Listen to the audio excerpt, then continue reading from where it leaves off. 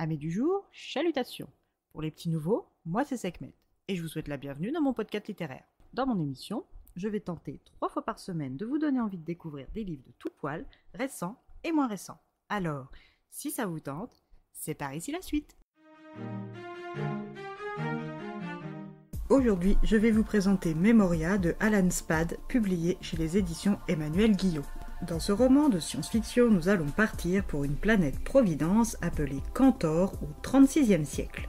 Cantor est une planète multi-espèces en paix, où chacune vit en harmonie avec les autres, même si la colonisation successive par les Nalquan, les humains et les Alampa a systématiquement causé des remous plus ou moins importants.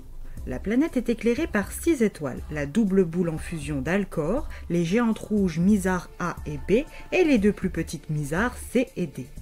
Cantor a une atmosphère épaisse qui offre une excellente protection contre les rayons ultraviolets et cosmiques. C'est dans ce nouveau monde que nous faisons la rencontre de Lucinda Vales, cyberneuro tradie chez Nantech. Lucinda n'a pas subi de modifications technologiques, ni physiques ni neuronales, ce qui fait d'elle une tradie. Mais cela ne l'empêche pas d'équiper ses clients de nanites, les rendant capables de prodiges tels que posséder l'odorat d'une chauve-souris de chrysalin, avoir la vue d'un aigle ou l'essence et le toucher des tals de sa planète, ou même pouvoir absorber et émettre des informations à une fréquence inhumaine, leur permettant de tutoyer le niveau d'échange des IA. Si elle ne cautionne pas l'augmentation, elle n'a aucun pouvoir pour la stopper, alors autant en profiter pour gagner sa vie avec. Dans son domaine, elle excelle.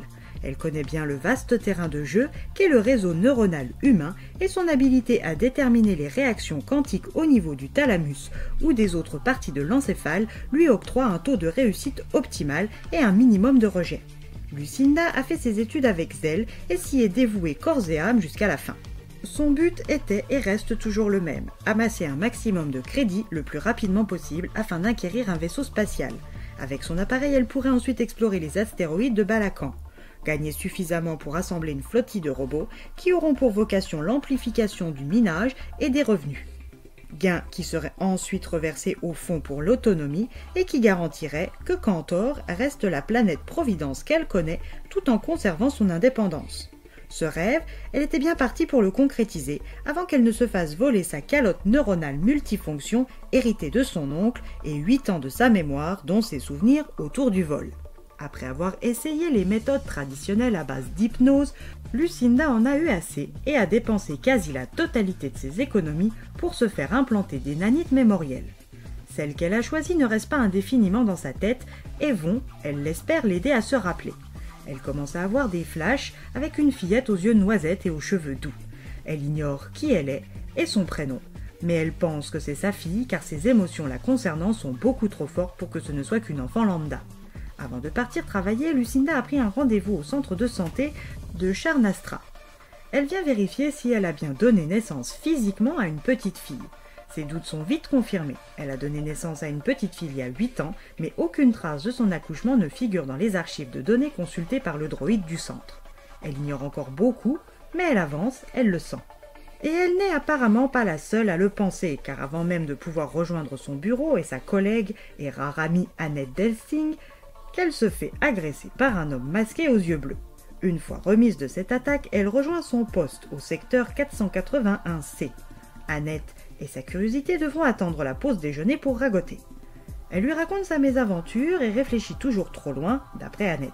Pour lui détendre les nerfs, elle l'invite à une séance d'holoprojection, le splash à rebond, qui comme son nom le laisse supposer, vous secoue énergiquement de tous côtés.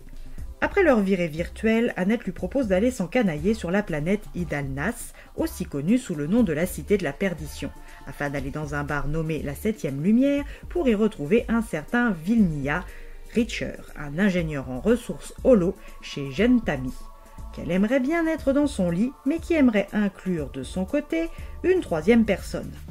Lucinda, qui est un peu timorée sur ce plan-là, accepte du bout des dents. Une fois sur place, elle regrette doublement son choix car l'homme est un augmenté, un talosien, sobriquet qui lui fait référence à des personnages de Star Trek. Lucinda va vite repartir comme elle est venue, mais avec une nouvelle piste, retrouver son ancienne amie du temps de ses études avec qui elle est sortie et qui la connaissait plutôt bien. Comme Annette le lui a justement suggéré, nos échanges avec les autres nous définissent plutôt bien, même si ce n'est que partiellement.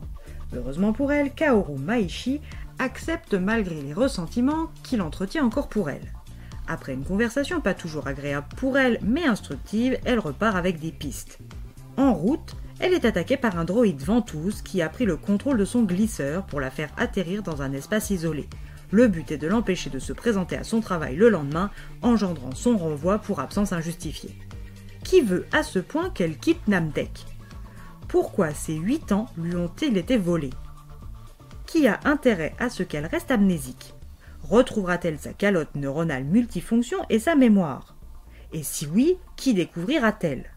À vous de faire le voyage jusqu'à Cantor pour le savoir.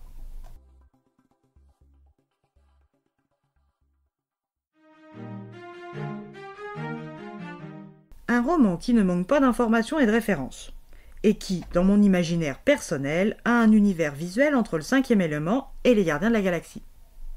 Et bien voilà, j'en ai fini pour aujourd'hui. J'espère que cet épisode vous aura plu et vous aura donné des nouvelles idées de lecture. Si vous souhaitez découvrir d'autres petits bonbons littéraires tout droit sortis de ma bibliothèque, je vous retrouve le jeudi 24 avril prochain pour un nouvel épisode. Et si d'ici là je vous manque de trop, vous connaissez le chemin sur Instagram, @leslectures de Sekhmet. Sur ce, chalut les amis, et à la prochaine!